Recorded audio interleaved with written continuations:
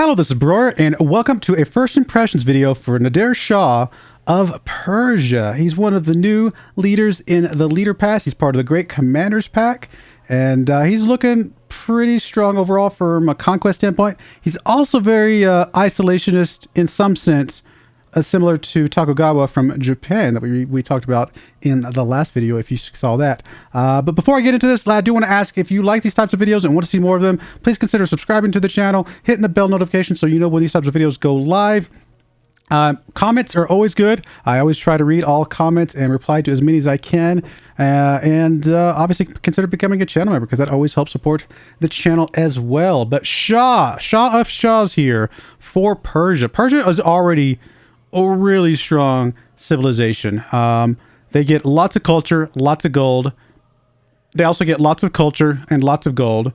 And then he's going to give you lots of gold. So there's a theme here. He's also going to give you faith, which can help. I mean, culture and faith, there's a lot of crossover between culture and faith, because obviously you can use faith to buy cultural units and things like that. So something kind of interesting there. But yeah, obviously we know about Persia. We've got the satrapies, +1 trade route capacity, which is going to go well with him. You know, we're going to talk about that in a second. Plus, he receives +2 gold and +1 culture for routes between your own cities. Again, that's going to be helpful for him. And roads built in your territory are 1 level more advanced than usual. He's also got the Immortal unit, which is extremely strong. You guys, I think we played as Persia recently, right? Immortal units are really, really strong units. They're both ranged and melee units. And so overall, pretty strong. I don't like the fact that they come super, super early in the game. I'm not a huge fan of early game units because I just like to do a little bit more mid to late game conquest personally. But I know a lot of people who like to rush that early game, and the Immortals are extremely good at that early game rush. He's also got the Paradisa, which, of course, gives you, again, more gold, more culture, gives you more appeal for your stuff around you. And of course, that turns into tourism with flight. All that culture turns into tourism with flight. So already Persia is very strong, right? We already know that. He gives you an extra 5 combat strength when attacking full health units, which is pretty good. I mean, don't get me wrong. It's not going to come up maybe a whole lot, because ideally only once per round, you're going to have a full health unit that you're going to attack, get that extra 5 combat strength, and then it immediately goes away, and then the rest of your attacks against that unit are going to be of a lower combat strength. But once you've damaged a unit, they do fight at a lower combat strength themselves. So in a way, it still kind of helps you overall. It does still help you overall, obviously, because getting that initial, the more damage you could do initially, the less strength they have for all of your follow-up attacks, if that makes sense. And then cities not founded by him receive +2 faith and +3 gold on domestic trade routes. So he's interesting because he does want to trade internally, because both the satrapies as well as this bonus here for the domestic trade routes both want you to trade internally.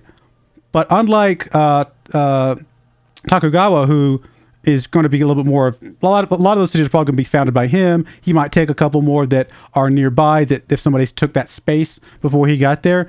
Persia kind of wants to settle fewer cities in a weird way, so that he can then take more cities to be able to get this bonus, which is a weird way to think about it. Like maybe settle like 2, maybe 3 cities, whatever you can get by with early on, and then from that point forward, you really want to conquer as many cities as possible. Honestly, if you keep by with 1 city, just your capital, can you imagine every single one of your other cities getting this bonus?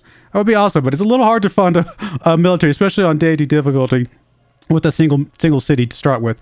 But it's not impossible. It's not impossible, but it might be an interesting strategy to go for. But I think he's looking really cool. Definitely unique in the sense, like I said, that you're kind of discouraged from founding cities, and you're more encouraged to settle cities through conquest. I also think he looks really cool. I mean, this mace that's got a very pointy end on it. I mean, he could do lots of damage with that thing.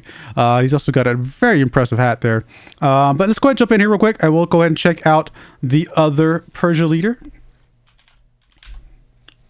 We've got Cyrus here. Oh yeah, that's right, Cyrus, because I've been playing A to Z. Of course, Cyrus was just a series ago, wasn't it? It's been a long couple of weeks. I'm sorry, so forgive me for forgetting certain things. Cyrus is really, really good. Although when we played Cyrus with our run recently, not to give away too much, we weren't able to take advantage of it quite as much as I would have liked. He does get +2 movement for the first 10 turns after declaring a surprise war on a major civilization. You got to be able to declare the surprise war first, though. I mean, we happen to have Canada in our game. You can't surprise war Canada. And we made people angry enough that they ended up declaring war on us. And then we couldn't declare surprise wars on them. So it's a good bonus. It's definitely not one of the best bonuses of this type. But movement speed, if you can get it, if you can trigger it, it is an amazing bonus to trigger because +2 movement speed really, really makes a huge difference in domination-focused games. He does get +5 loyalty per turn in occupied cities with a garrison unit, which is very helpful for conquering cities. And obviously, declaring the surprise war only counts as a form of war for the purposes of grievances and warmongering. Both of these leaders are very much domination focused, of course. In fact, I'm kind of sitting here thinking about it. They're both going to play similarly. I mean, the big difference is that Cyrus is not restricted to building his own cities. He's okay for him to build as many cities as he wants, and then conquer the rest from there, right? Whereas, like I said before, the Nader Shah here, or Nader, whatever. The Shah, he wants to do as much conquest as possible to get his cities. Now, I think he does trend a little bit maybe more towards a possible peaceful resolution because of that extra faith in gold. Don't get me wrong, you can use faith in gold for military too. Easily. Because obviously you could buy units with faith with the right decisions in your, or the right building. Which one is it? Oh, I forget the name of it. You guys know what I'm talking about. I'm not going to go look it up right this second. But, and obviously the gold is going to help you buy more units and fund more units and things like that. So, which of these is better domination? I don't know, actually. I think he's a little bit stronger on a peaceful game, like maybe a culture victory or something like that. But I think they're both pretty equally strong from a domination standpoint. I might give the slight edge to him just because, again, in my own personal experience, in my own personal game, I was not able to trigger the surprise war as frequently as I would have liked.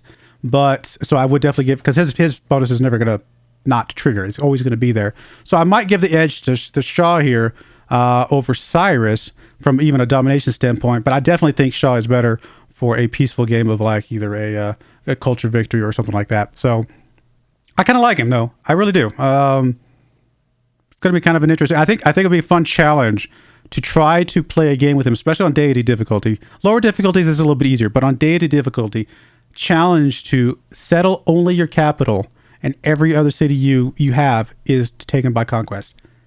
That's not an easy thing to do because you just don't have very much production with one city. You have to take an early city as quickly as possible to be able to start snowballing your productivity there. So would be still interesting though. And obviously if you don't take another city, there is no bonus because your capital doesn't count. So, and you got to have 2 cities for a domestic trade route. You can't trade with yourself in one city. So you do still have to have 2 cities. That would be an interesting, I think I'm gonna have to write that down. I have to remember that.